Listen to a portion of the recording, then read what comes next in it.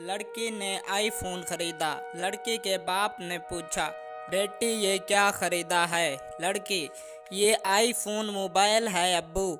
बाप, इस पे काला काला सा क्या लगा हुआ है? बेटी, ये कवर है अब्बू। बाप, क्या कंपनी ने ये कवर लगाने का कहा है? बेटी, नहीं अब्बू, ये तो मैंने खुद लगाया है।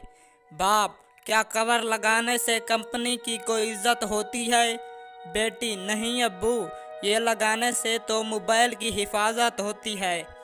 बाप मुस्कुराया और मुस्कुरा कर कहा, बेटी, पर्दा और हिजाब भी इसी तरह है।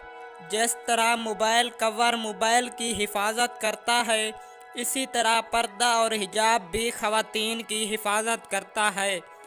ज़रा सोचो, किताबों में गिलाफ सिर्फ कुरान पर क्यों होता है?